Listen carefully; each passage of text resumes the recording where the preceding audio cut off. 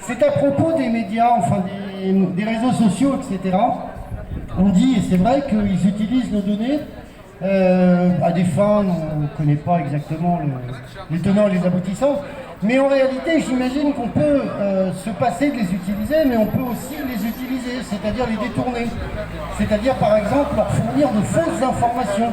Quand vous créez des comptes, par exemple des comptes Facebook ou des comptes, je ne sais pas, Telegram ou autre chose, ne mettez pas votre nom, ne mettez pas votre date de naissance, ne mettez pas le lieu où vous habitez. Mettez des fausses infos, ne mettez pas votre photo, mettez la photo de votre chat ou la photo de, je sais pas, de votre trottinette. Et puis, ainsi, ils auront des infos. Mais les infos qu'ils auront, ce seront des infos fausses. Et puis, ça ne vous empêche pas aussi de les utiliser, voilà, de les détourner à votre profit. Voilà, c'est ce que je voulais dire. Merci à tous.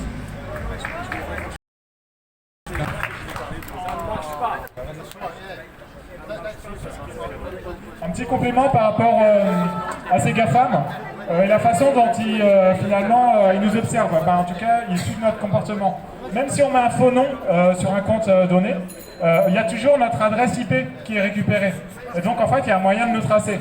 Ce qui fait que beaucoup de gens aujourd'hui utilisent ce qu'on appelle des VPN pour se protéger de ça.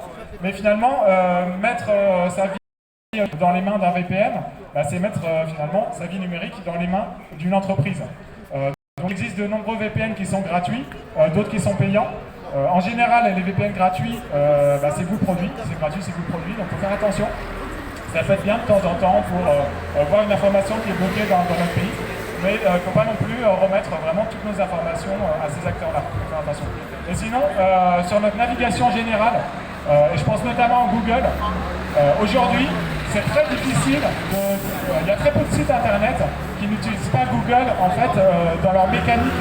C'est caché. C'est-à-dire que lorsque vous allez sur un site donné, sur un site internet, en réalité il y a toujours une petite bannière, un petit bouton, un petit script, ce qu'on appelle les JavaScript, Google qui est présent dessus et qui fait que Google sait qu'on va sur tel ou tel site, que telle ou telle adresse IP va sur tel ou tel site. Donc se protéger avec un VPN, bah, finalement c'est quelque chose d'important, mais ne le faisons pas les yeux fermés. Et encore une fois, je vous invite à vous référer au site Wikilibrist dont je parlais tout à l'heure, qui présente quelques possibilités en termes de VPN. Voilà.